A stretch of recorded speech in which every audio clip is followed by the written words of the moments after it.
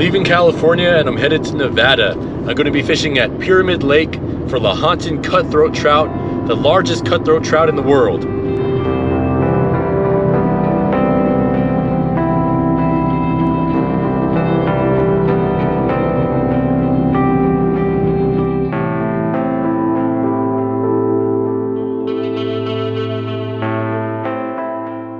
Every time I'm in Nevada, it always feels like I'm going to Area 51.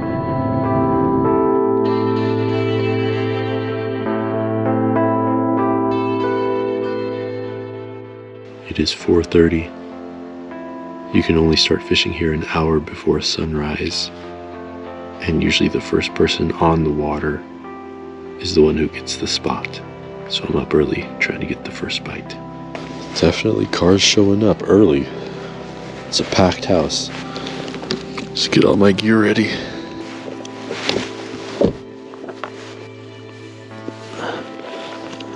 I think I'm a little under geared actually. This is 10-pound test mono on my Fluger with a 7-foot rod.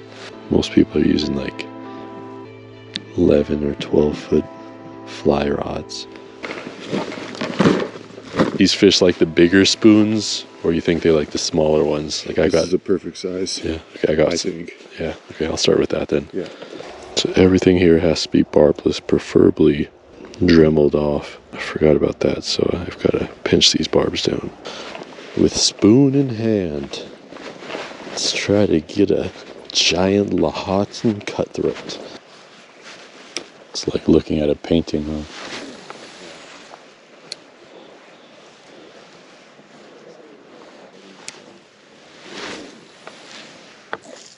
Oh, got a bite. I got one. I gotta go.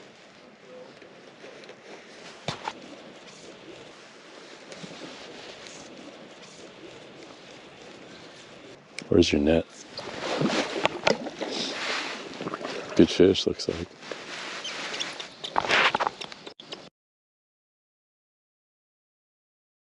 Looks like a salmon. It's funny, people used to call them the salmon trout. Yeah, beautiful fish. There it goes. All right, sweet. Thank you for the net. Yeah, of course. Hopefully that's a sign of more good things to come. Yeah, now I got to get on the fly rod. Yeah, here, do you want to? You got it? I'll get you set up on the fly rod. Every cast, you need to have that orange set up right outside the rod tip. Once your bobber's out, you want to have your rod tip pointed down at the water, and then you're going to pick up any slack, just so that way when it does go down, you're ready to make that direct hook set right away. Right.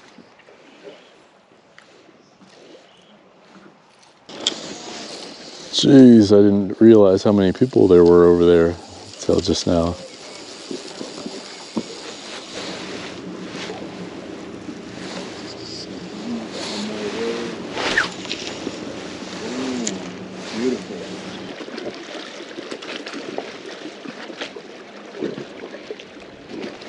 Funny how the current will change. Earlier this morning it was going this way, now it's going this way.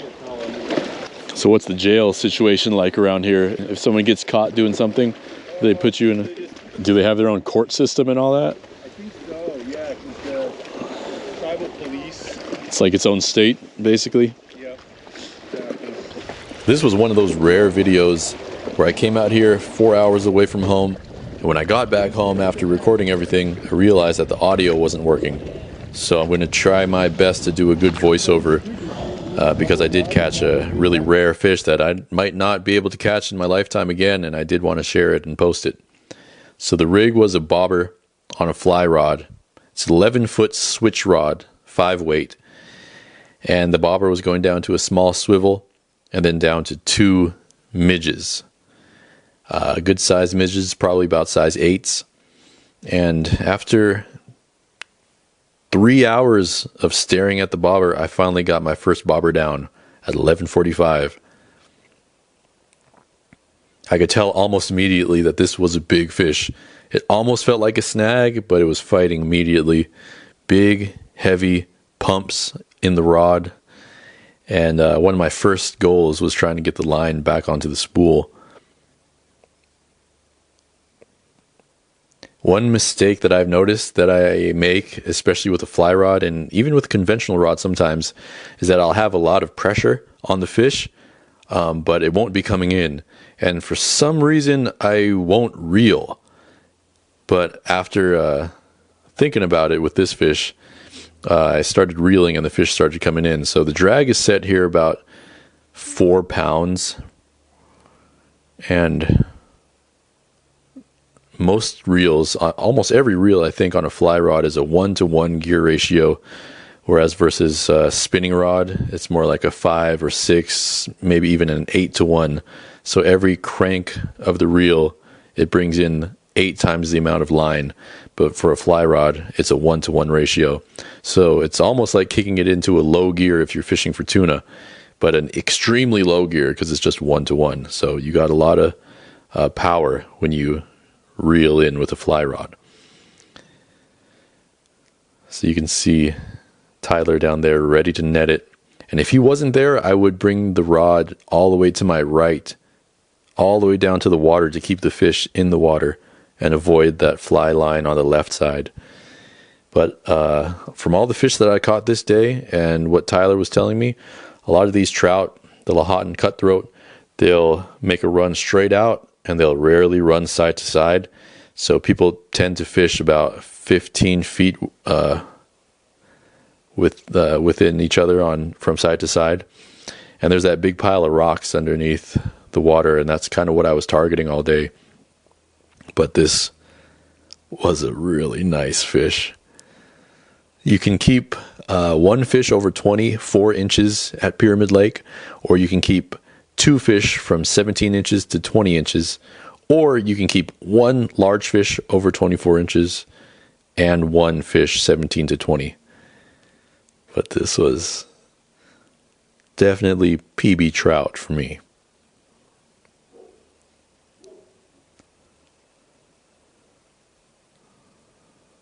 Yeah, this was a good fight. Tyler just ready to net it when it comes in.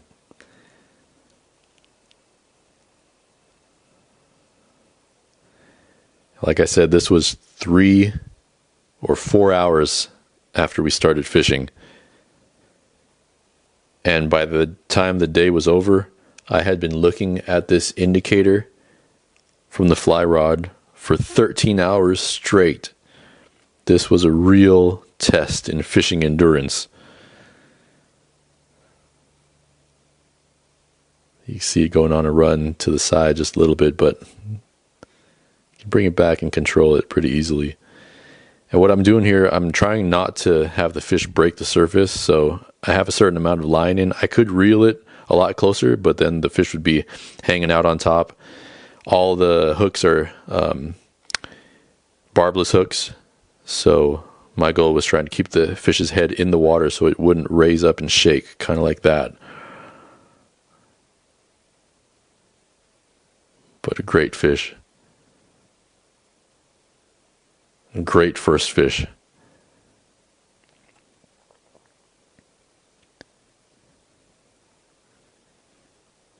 course, I always wet my hands when I touch the fish to try to prevent the slime coating from getting off. But just look at that thing. That thing is the size of a salmon. And that is a Lahontan Cutthroat Trout. Yeah, 10 and a half, 11. Huge. I could have kept that one very easily, but for my first fish on the fly rod from Pyramid Lake, it wasn't even in my mind I was going to release it 100%. Tyler's friend had a scale. He asked me if I wanted to weigh it, so we put it in the net, and I don't know if you can see on there, but it's just a little bit over 12 pounds, and the net weighed about 5 or 6 ounces, something like that, so it was really close to 12-pound fish. Amazing. Beautiful fish.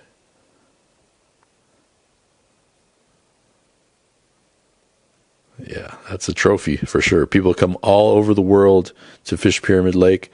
It's the only lake that holds fish this big, especially of this species. Not quite sure why they get this big. There is some salinity in the water, so that might have something to do with it. And just the setup again, the indicator down to a small swivel. Everything looks bigger on camera, but when you actually put it up against your hand, it's you can really see how small the flies are. And the beach just gets lined up with people. All those people over there on the other bank are all fishing off ladders. This wasn't even a busy time of the year. And if you do have a fly rod, this seems to be the preferred method for fishing Pyramid Lake. 11-foot switch rod, two-handed rod, and the basic cast is form that D-loop as you bring it back, pull it back, and snap it down. As far as you need to get it out is about 25 to 40 feet, which is very easily done if you have any experience with a fly rod. And even if you don't, you'll be able to pick it up really fast, especially if you have someone guiding you, or if you watch a few videos. But that's what I was doing. Looking at that bobber non-stop for 13 hours straight. The next fishing trip I did was about a 5-hour trip, and it seemed like just such an easy trip. Fishing at Pyramid Lake for 12, 13 hours with no breaks is really like working out with a weight belt. And then when you go to the other stuff, it's so easy.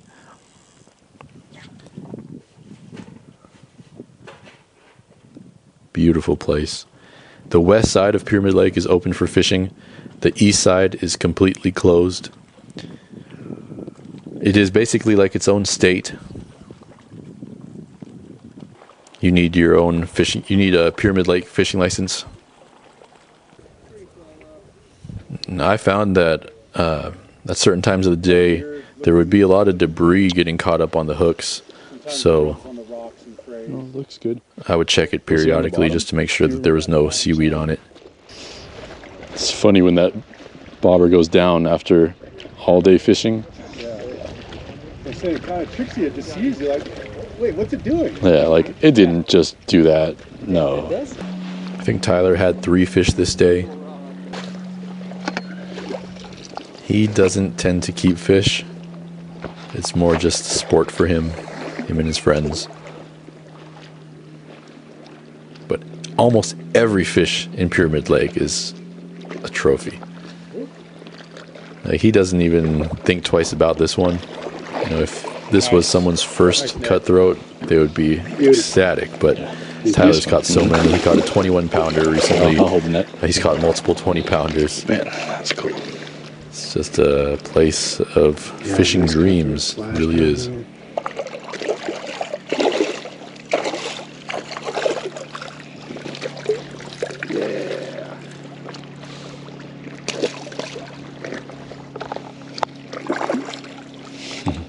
Sweet.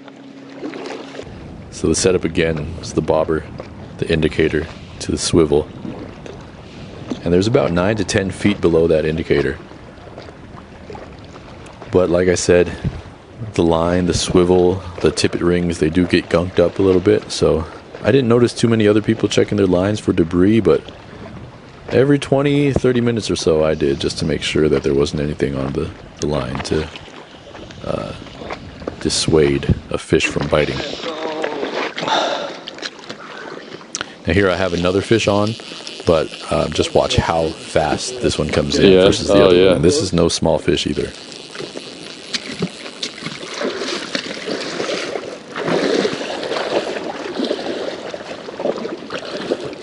Where do you think's the best? We can bring him over here. I'll bring him over here. That might be like perfect keeper size. Get him in the bag.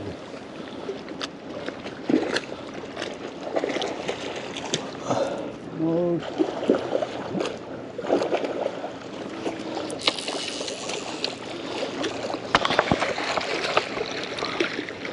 $17. Oh, it might be long. That might be long. That's probably like 22. It might be. Let me see here. So here's 0. 21. Yeah, no way, right? Where's 0? Right here. Right here, yep. Yeah, 21, 22. Nice fish. The slot is 17 to 20, and then over 24. You can keep two 17 to 20, or you can keep one small one and one big one. All right, we're getting closer. We're getting closer.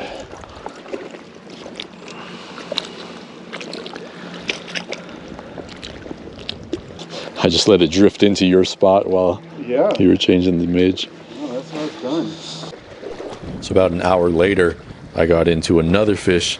If you can see the bobber, you always have to be watching the bobber, because if it goes down, you only have a split second to react. And if you don't react in time, you got no fish.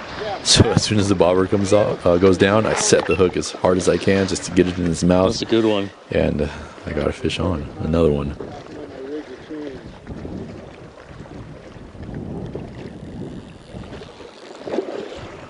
But unfortunately for this fish, I was trying to get my other camera on, and I may have given it slack for just a split second, and it popped off. You are exemplifying the patience required out here. Oh, it came off. Oh. That's okay. Still in the game though, it's good to see. Yeah, just came off. Had tension on it, just popped off. Probably should have reeled down to it. Look how windy it is now. Windy, windy.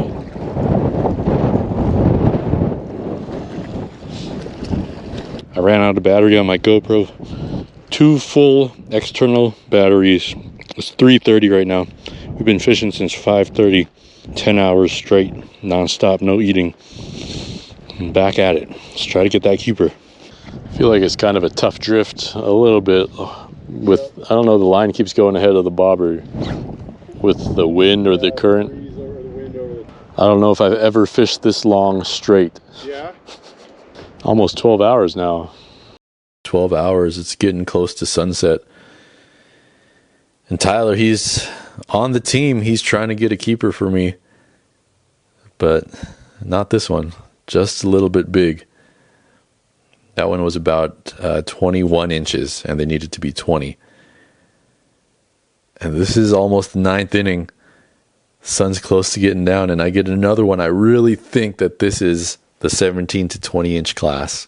I think this could have been my keeper. My goal at this point was trying to keep one fish so I can do a catch and cook with it and try one of these. Quick fight too, maybe only about 30 seconds for this fish. This 5-weight rod handles it no problem. Hopes are high, thinking we're going to have fish for dinner. And it's almost the same size as Tyler's last one, about 21 inches. So, had to let her go. And I'm not disappointed at all. It's really cool just to come out there and catch those fish. Whether you keep them or not, it's an experience of a lifetime. And you can only get it in Pyramid Lake, Nevada. So we decided to call it for the night. It was about 6:30.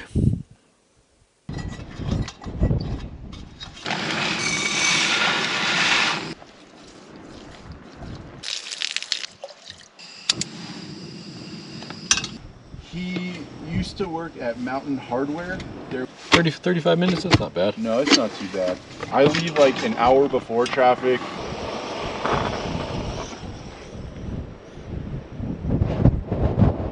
That one there, that one looks like... Oh, it's on fire. Look at the texture on that. That does. It's like a special place out here.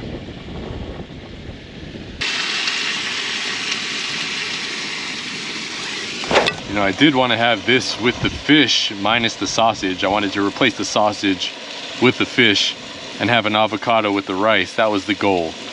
But, you know, sometimes plans just don't go how you expect them to. It smells delicious though. Nothing special, but... No, dude, I cook so much food for so many other people. Anytime someone makes food, it's so special. Well, I hope the sausage is cooked all the way. Oh, I could smell it, dude. I knew that was good stuff. Well, good morning. I slept in a little bit, got up, and this is what I woke up to. So I think the spot is probably filled down there. Man, people were here at 2 a.m., 4 a.m. waiting to get to this spot. It's a little bit competitive when you're out here. So we got what we needed out of this yesterday. So Yeah. And could we find a little more secluded spot, even if our chances of catching fish aren't as great? Yeah, absolutely. Even though this spot is competitive and there's a lot of people here, you can still find a lot of places that don't have a lot of people. So don't let that put you off from coming out here. It's still a really cool place with some really cool fish that you can't catch anywhere else. Tyler here has been awesome. He's just helped me out so much. I used his gear. I wish I could shout out like a guide service for him, but he just helped me out, just called me out to go fishing because he knew that the bite was kind of on. So appreciate you, man. Thank you so much. You're welcome. Thanks for coming out. I was super happy to share this with you and your viewers. Yeah, thank you for having me, man. Do you want to talk a little bit about the rig and like what people, just to be prepared when they come out here? Yeah, I can do that. You have a switch rod, right? It's 11-foot switch rod. Yeah. I feel like I might get one of these instead of the single-handed fly rod just to be ready if I want to ever come out here. And me and Tyler were talking yesterday how this could be a great rod just if you're in any river, really. You get a little more casting distance and you can fight the fish a little bit easier too. So yeah, 11-foot 5-weight switch rod. That's the two-handed rods. Use these to cast indicator rigs. We'll run a leader down to the most popular flies out here are chironomids, midge patterns, or balanced leeches, which imitate little bait fish out there in the water. You can also come out with sinking lines or intermediate lines and fish sinking setups and strip streamers, or we have some unique floating patterns that will bounce against the sinking line. That's really popular out here too when the fish are keyed in on bait fish. So like compared to a single-handed rod, if you're roll casting, how much more distance do you think you can get with this compared to that? Good amount, right? Like at least 15 definitely. feet? Yeah, at least. Yeah. Yep, and the advantage to these two is those heavier lines really cut through the wind too. Oh, yeah. And these two-handed rods are also helpful when you're fishing a beach like this without a big back cast. Those single-hand rods, you usually need a nice back cast to really get the distance you use out here. These two-handed rods really take that out of the equation and open up a lot more places to fish more easily. But yeah, before the sun comes up, we should probably go out and try to get as much opportunity as we can. I know we're a little late already, but that's okay. We went for it hard yesterday, so we can afford it. I'm very happy how yesterday went. 10-pounder. Yeah, I don't think I really mentioned why people fish from the ladders. It's because the fish cruise along these drop-offs right along shore, and you just get a little bit better casting distance when you're on the ladders. One more thing before we head on the road, it would definitely be good to get here early just to get that spot. But if you don't get here early, you could probably find a place to squeeze in, and as long as there's like 20 to 30 feet between people, you could probably squeeze in there. You just need enough room to cast, and there's a lot of current with the wind, and you just need a little bit of time to drift, which is manageable for a fly rod or a spinning rod. And when you do catch a fish, they tend to fight back and forth and side to side a little bit. They don't tend to run crazy like a salmon would and cross everybody's lineup. So just trying to prepare you if you do decide to come out here.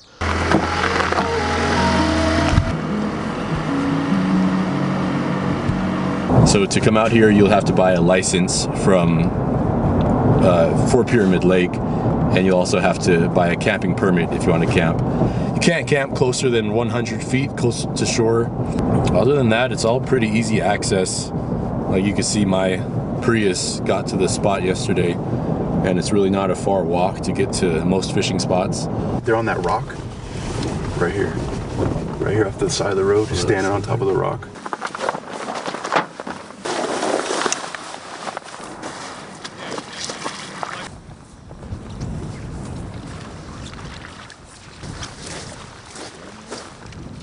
Well, we'll give the ladders a try for a couple hours, see what happens. Yeah. I would just start experimenting with distances, just start trying different ranges and give each little zone to be a trophy trout.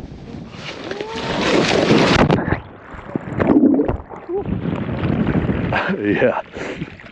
Oh, cold. That answers your question? That wind threw me. I was leaning back a little bit. Your wader's pretty good. There's some water in there. I was just asking Tyler when we started fishing, does anybody fall in from the ladders? And then out of nowhere, a huge gust of wind comes, and I brace back a little bit.